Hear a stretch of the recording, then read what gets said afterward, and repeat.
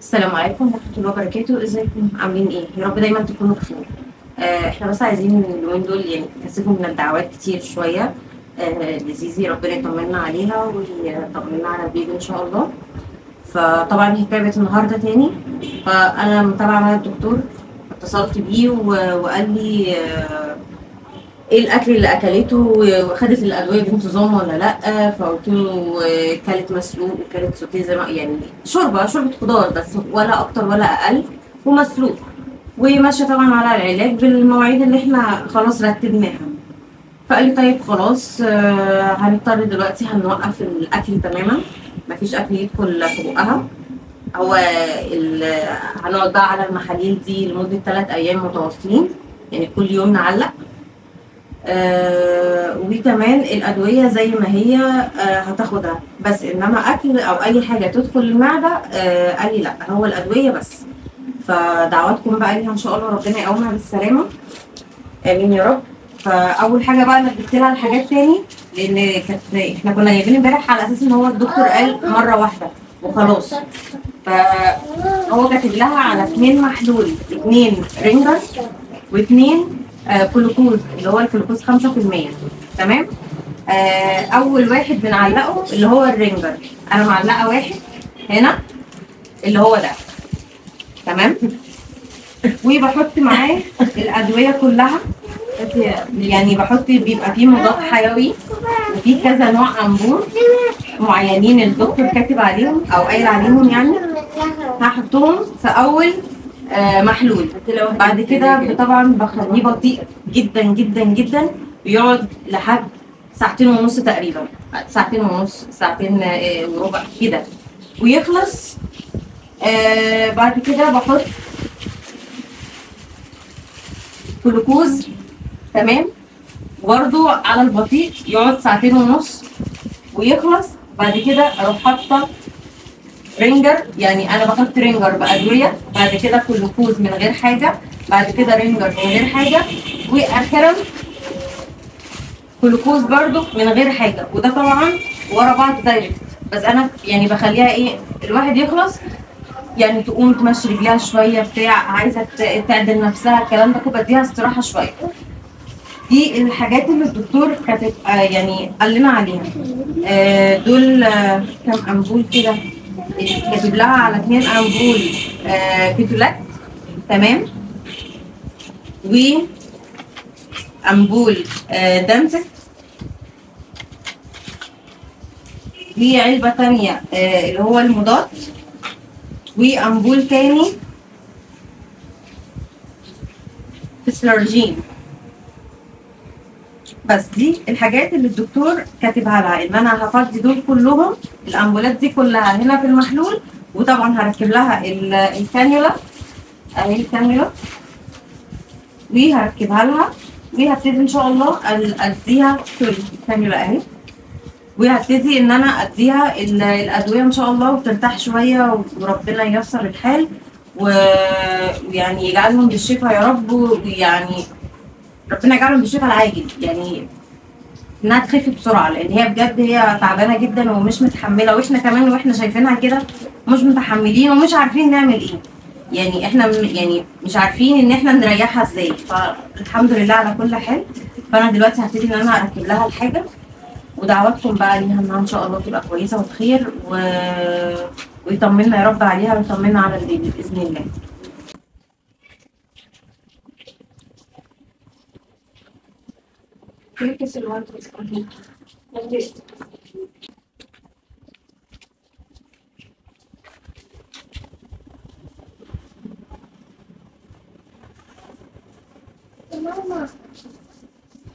ماما تعالى اقعدي جنبي والله عشان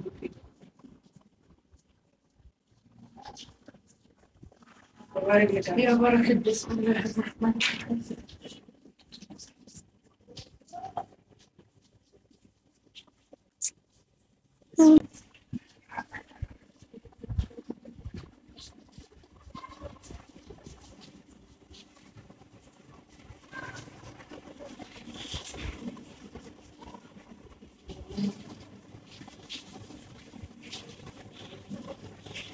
ماما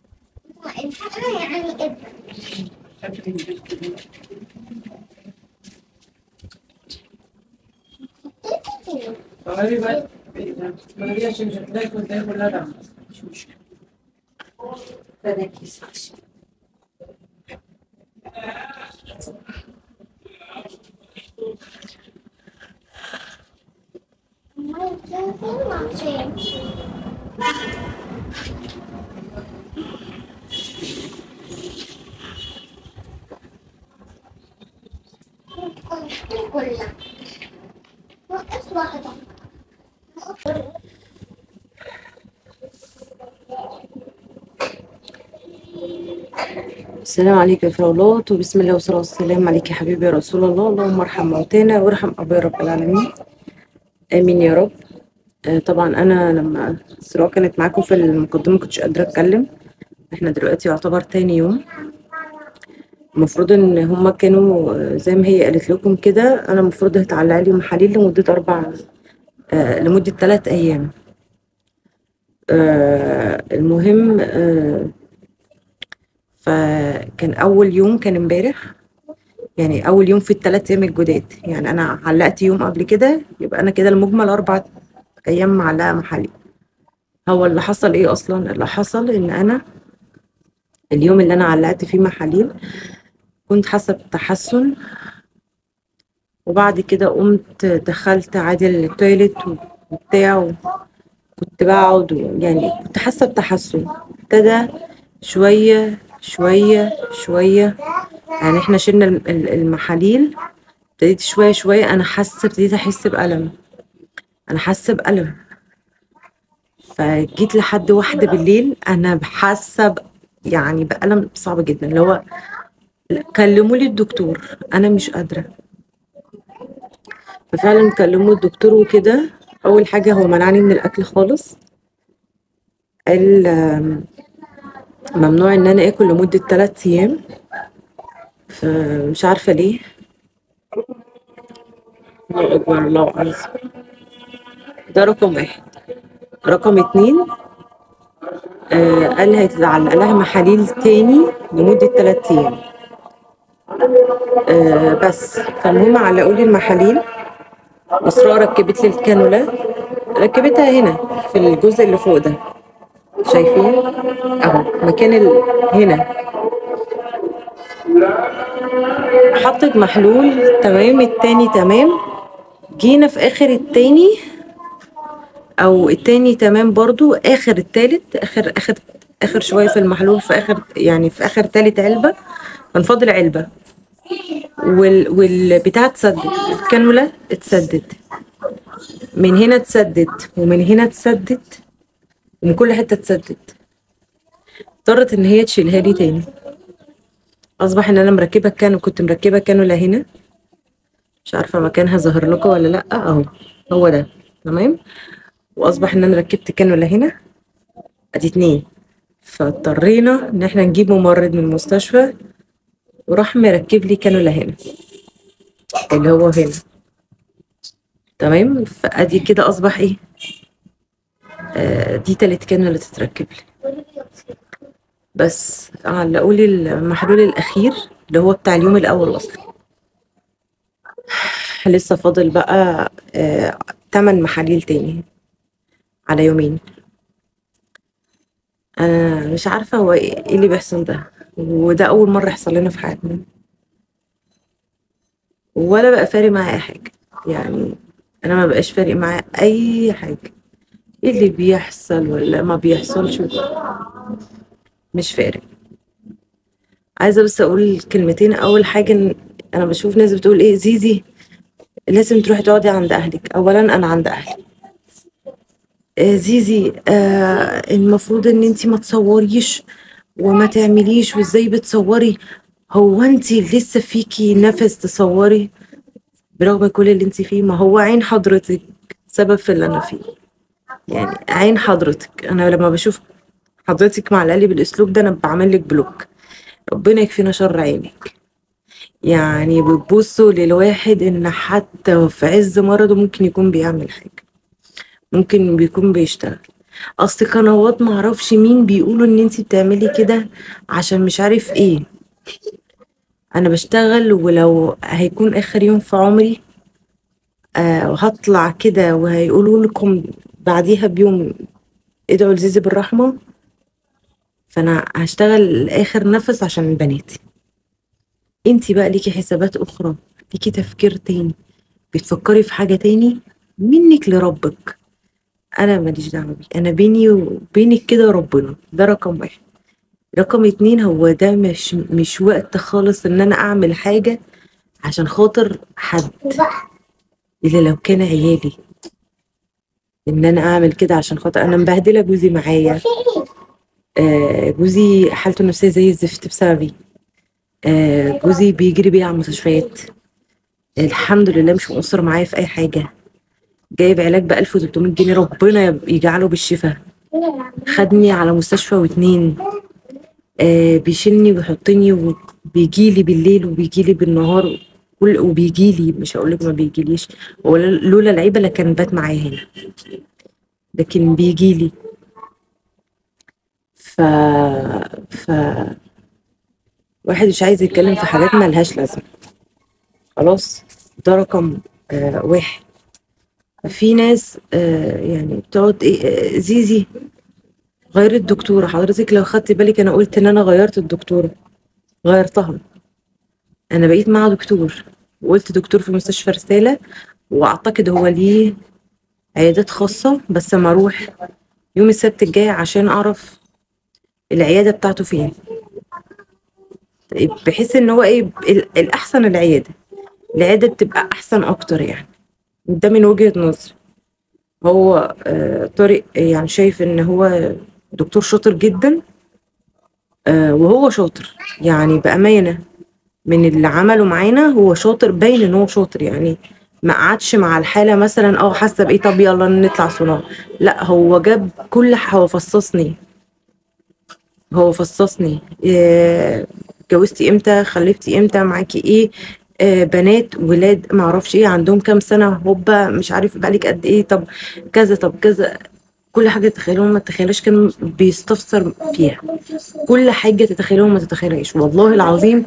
كاتب كل حاجة، يعني لحد سن البنت دي والتانية وسني وي وي وكل الكلام ده. متجوزة بقالي قد ايه، وهو بحسبة كده على طول من قبل ما اطلع السونار قال انت المفروض تبقي مع ولادتك كذا. فبصوا يعني هو قاعد، انت بتكلميه هو عمال بيكتب كل حاجة، كل حاجة بيكتب. وخدنا بقى حاجة من أول الحمل. طب انت حسيتي بإيه؟ طب القيء، طب مش عارف ايه. ففي ناس تقول ايه القيء عشان يمكن كان ضغطك مرتفع. أنا عمري ما كان ضغطي مرتفع. فيا جماعة لو سمحتوا محدش يشخص بقى، محدش يقعد يقول في الكومنتات تشخيصات، يقعدوا تشخصوني.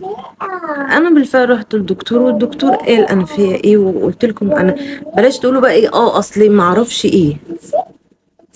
يعني لا، هو القيء سببه ان انا كان المعدة مش متقبلة المادة الفعالة بتاعة العلاج، مش متقبلة علاج اساسا. المعدة تعبانة بسبب ان كل العلاج اللي انا باخده كان غلط فغلط. كل حاجة المثبت نفسه، غير ان هو بيعمل انقباضات، هو مبوظ لي في حاجات في المعدة يعني. ده من ضمن. فبصوا، هنقول وهنعيد وهنزيد، وهناخد وبتشكشك زي ما انتم ما شايفين، وحليل وي وي وي. ربنا يجعله بالشفاء، الواحد ما بيقولش حاجة، بس والله العظيم يعني هو وقت ما يريد ان هو يشفيني هيشفيني. بس كمان بقى ان انا بطلع عشان ابقى معاكم، يمكن ده بيهون عليا شوية. بس هحاول برضه اخلي لكم اسراء تصور لكم كده فيديوهات، هحاول. لان اسراء هي اللي متخصصه في ان هي عماله بتعلق لي المحاليل، عماله بتشوف لي الدنيا، عشان اوقات الكانولا بتتسد في ايدي، اوقات ده بيقف المحلول بيقف. مش عارفه شايفينه ولا لا اهو، اوقات البتاع ده بيقف. فيعني ايه، هي اللي بتشوف لي الموضوع ده بصراحه. ومتوليه امور العلاج، مواعيد العلاج. زيزي ده معاك دلوقتي، لو انا غفلت مثلا في برشامه بتتاخد على نص كوبايه عصير تفاح، لازم عصير تفاح، ولازم البرشامه دي بتتدق كده وتتطحن بودره، وبعد كده بتتحط في الكوبايه بتتقلب، ولازم اشربها، ما ينفعش اخدها كده. يعني هو الدكتور اللي قايل الموضوع ده. النهارده عندي حقن مثبت، طبعا في ناس شايفه ان الحقن المثبت شديد، انا مجربوها قبل كده شديدة جدا فعلا، بس إسراء الله يبارك لها ايديها خفيفة، هو الدواء بس وبتكلكع طبعا بتزرق مكانها. لكن هي كايديها بصراحة خفيفة. فالنهاردة معادي في الحقن، الله المستعان، دعواتكم بقى. حبيت اتكلم معاكم شوية. دعواتكم ربنا يحوش عني، واللي عايزه ربنا برضه هيكون. بس السلام عليكم.